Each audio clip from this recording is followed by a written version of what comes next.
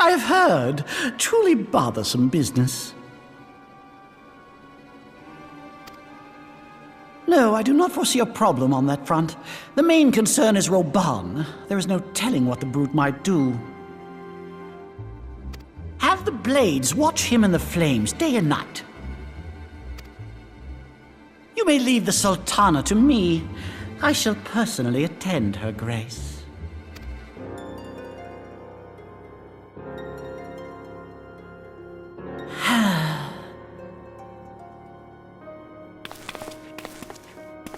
Sever one of the East Aldenard trade routes. That ought to keep Lolorito occupied for a while.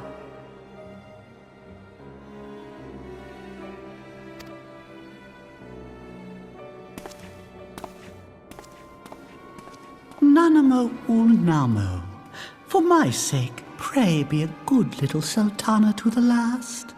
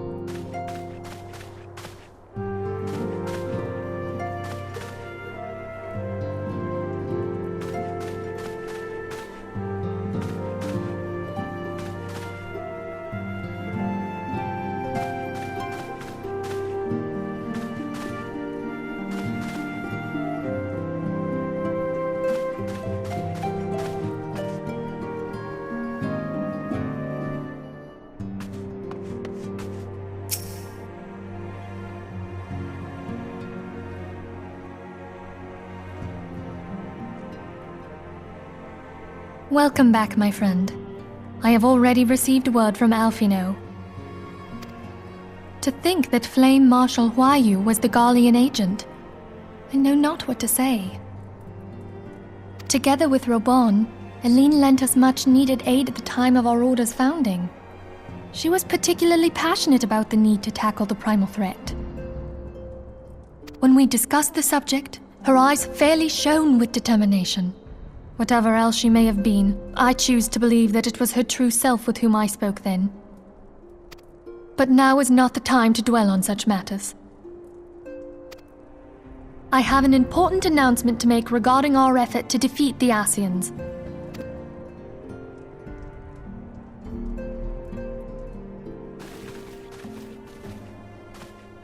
My thanks for coming, friends. Moonbreeder, the floor is yours. By now, I'm sure you're all familiar with white auracite, the miraculous material that'll allow us to capture Ascian souls. Back at Snowcloak, we verified its ability to absorb vast amounts of ether.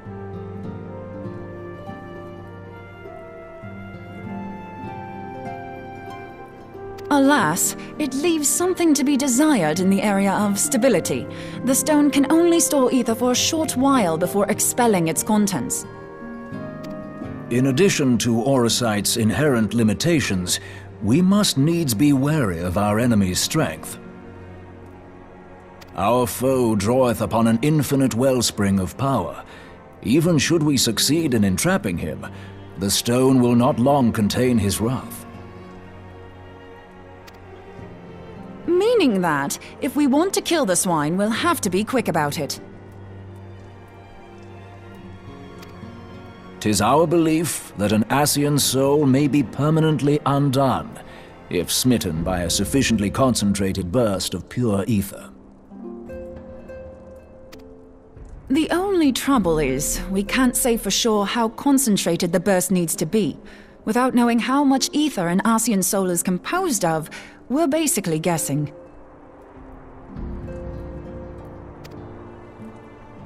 Our sole clue lieth in thy struggle with La Habrea.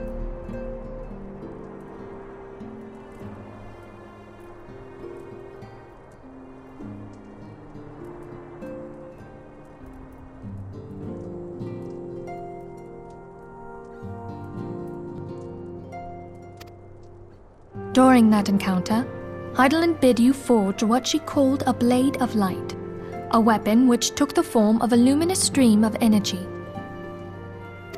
Based on your description, we believe the blade with which you vanquished your foe was composed of ether. Admittedly, your victory proved ephemeral, as La Habrea was able to use a crystal of darkness to flee into the space that lies between our world and the void. The fact remains, however, that Heidelin placed the means to destroy the Ascians in your hands. Be that as it may, it would be unwise to assume that she will do the same when we next encounter such a foe. Quite so, my lady. We must needs find the means to forge our own blade of ether, one to equal that which Heidelin did benevolently bestow upon her champion. That is all well and good, but it seems to me that producing such a blade will require a prodigious quantity of ether. Whence will it come, pray tell? Oh, what if we had two pieces of white auracite? One to trap the Ascian, and the other to store the ether for the blade. Oh, nice try.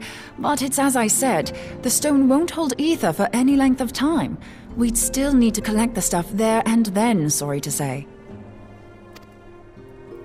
And therein lies the rub. Finding a way to create the blade whenever and wherever we choose. 'Twould seem more research is in order. I'm going to linger a while, perform a few more tests on the auracite. And I could do with some help. Urianger, why don't you lend me a hand? Mine apologies, but I am required at the Waking Sands. Lady Minfilia hath given me sole charge of the premises. 'Twould be unseemly to leave them unattended. Sole charge, you say?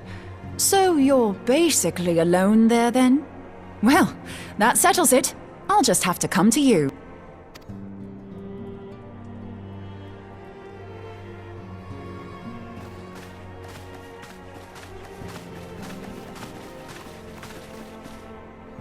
While you were afield, word arrived from the Sharlayan motherland. You will recall that a survey party was dispatched to investigate the incident at the Isle of Val. What they discovered was troubling, to say the least.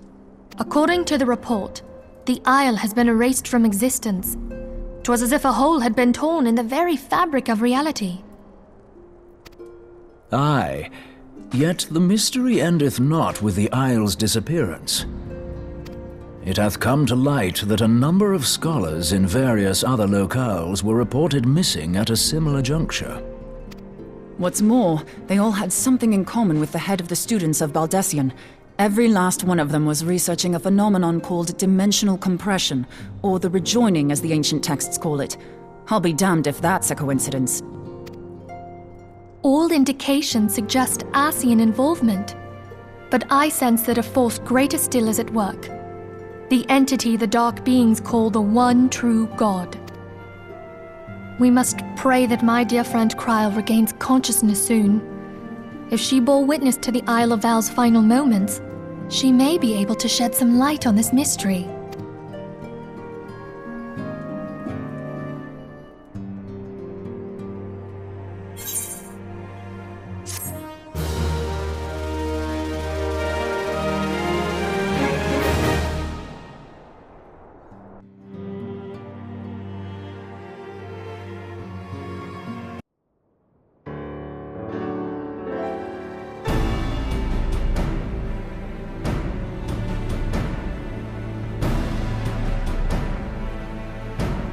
Following the calamity, the forces of the 14th Imperial Legion entrenched themselves in strategic locations across Eorzea.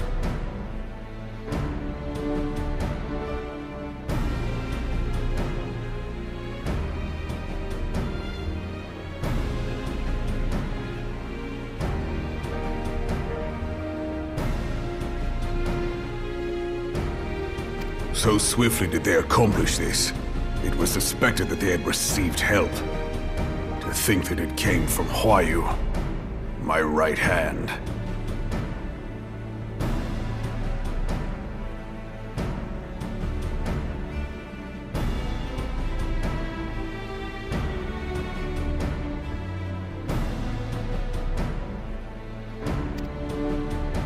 There is more. We have reason to believe that Huayu didn't deal exclusively with the 14th. She also answered to a higher authority in Garlemald.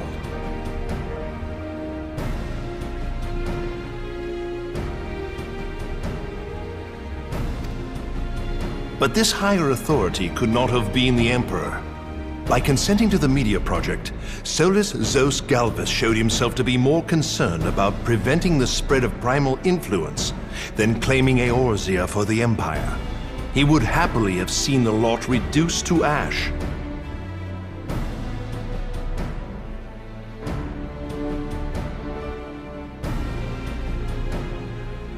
We believe a number of high-ranking figures within the royal household were against the decision, but that they knew better than to oppose the Emperor openly.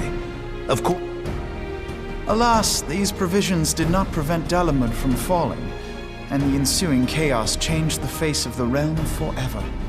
Yet Eorzea survived. To all intents and purposes, the Meteor Project had failed, and the Empire was left to rue its lack of a decisive means to eliminate the primals. Until, that is, it stumbled upon the Ultima weapon. Even before the accursed thing was dug up, it seemed to me the 14th had the might to overwhelm our weakened armies. Yet they chose to hide behind their walls. Why? The Black Wolf was wary of making the denizens of Eorzea desperate, lest more primals emerge to bleed the land. The discovery of the Ultima weapon, however, emboldened him to resume his war of conquest in earnest. But there was one in Garlemald who believed that Van Belsar's actions were premature. One who stood higher in the Imperial Army's chain of command.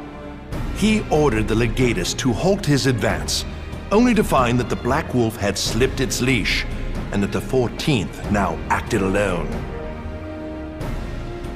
In a bid to bring Van Belsar to heel, he used the agent he had planted in Ul'dah prior to the Calamity to undermine the Legion's efforts.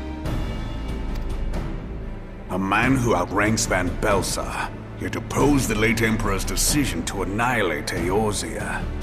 This could only be the former High Legatus of the Garlean army, now known as Emperor Varus Zos Galvus. So he was Huayu's true master. But one of several in actual fact. We've learned that even as Huayu served the Empire's interests, she sold Imperial secrets to a certain faction in Eorzea. In so doing, she helped to maintain the status quo, thus prolonging the conflict. Considering who stands to profit from war, it isn't hard to imagine who her other masters were. 7 hells! You mean to say that she was a double agent?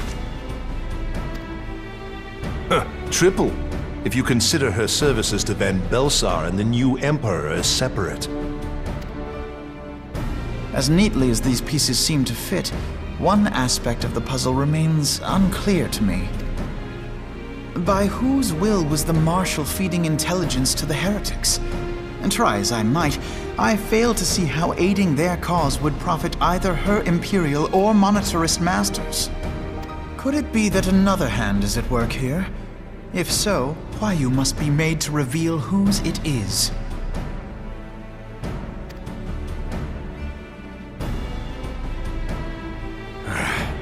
Not only have I lost a trusted friend, now I must interrogate her as a stranger.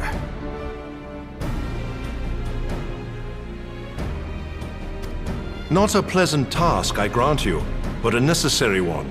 Unless we weed out the ivy, root, stalk, and stem, it will simply grow back. I know that full well. Those closest to Huayu have already been detained, and I will question them alongside her. General, pray keep in mind that there may be unwitting abettors among them.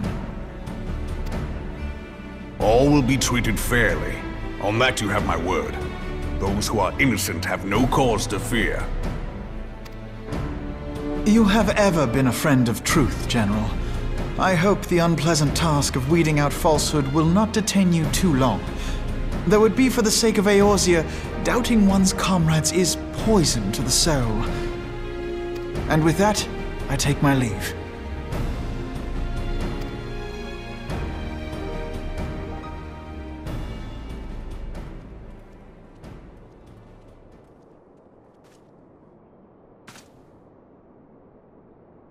All these years, I've been made to dance to their tune.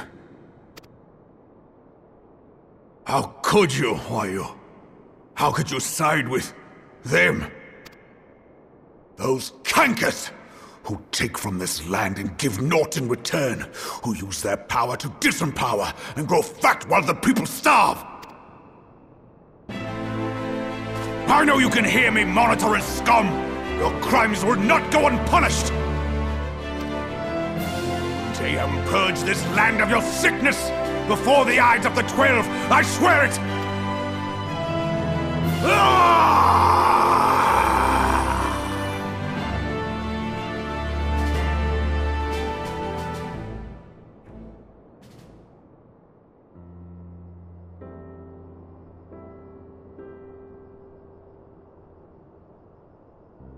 I shall have no further need of you this day. Your Grace.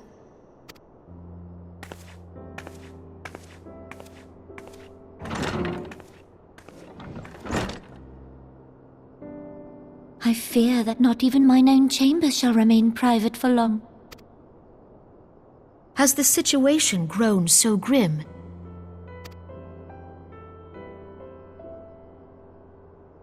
Ever Ever since he proposed the Cartiner Reclamation Bill, Teleji Adeleji has risen to greater prominence upon the backs of impoverished refugees. The monetarists were ever united in their pursuit of profit, but the man's actions have torn a rift in their ranks.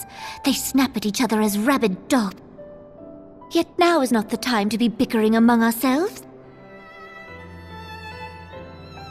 If this bickering is a threat to law and order, might you not have grounds to dissolve the syndicate? Would that the solution were so simple, Admiral.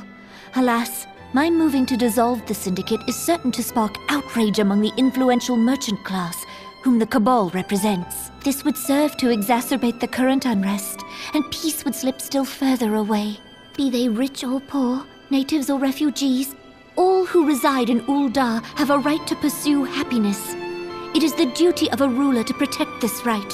If I am to perform my duty, I must needs tread warily. It would not do to make enemies heedlessly. Were Lord Lolorito here, he would doubtless say that I have my head in the clouds. A ruler is required to take a wide view. Try as we might to cater to all needs, some will inevitably be overlooked.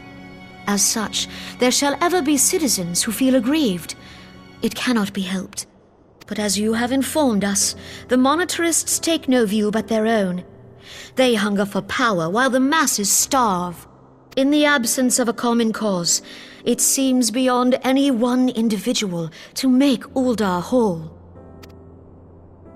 And the presence of a Garlean agent within the Immortal Flames only makes matters worse.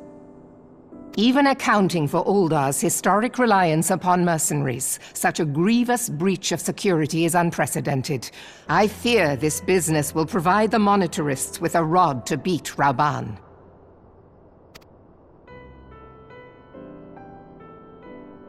Eorzea can ill afford for the Immortal Flames to be dampened now. Ere long, the Garleans will turn their ravenous gaze toward our lands once more. If we are to resist their might, our nations must stand together.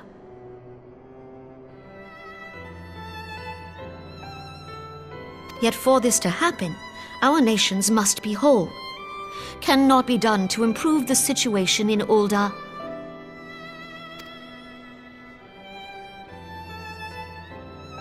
The true wealth of Ul'dah lies in the health, happiness, and hopes of her citizens. Alas, the citizens shall never know these things, so long as their lives are ruled by the ambitions of the few. The monetarists claim to represent the best interests of the people, but in sooth they desire only to manipulate them for their own selfish ends. For the government to serve the people, it must be formed of the people. For Ul'dah to move forward, it is not only the syndicate that must be dissolved.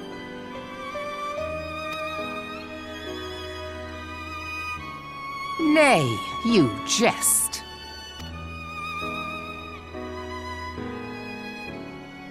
My friends, it was for no other reason than to make known to you mine intent that I requested your presence here. When I make my declaration to the people, chaos shall inevitably ensue. As the last monarch in the line of Ul, I make unto you this request. Help Rauban to preserve order and protect the people. Forsake them, and you forsake yourselves, for a strong Eorzea will ever have need of a strong Ul'dah.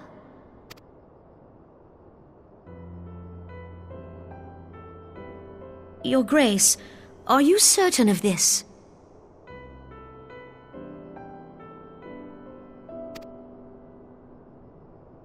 There is no other way. When the time is ripe, the nation shall become a true republic. Both royalists and monetarists shall cease to be. Ul'dah will no longer belong to kings or queens or merchant princes, but to her people.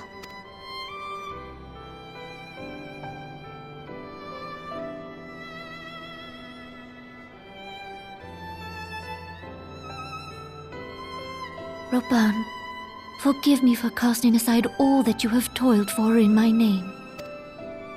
Beyond this gesture, I am powerless to help my subject.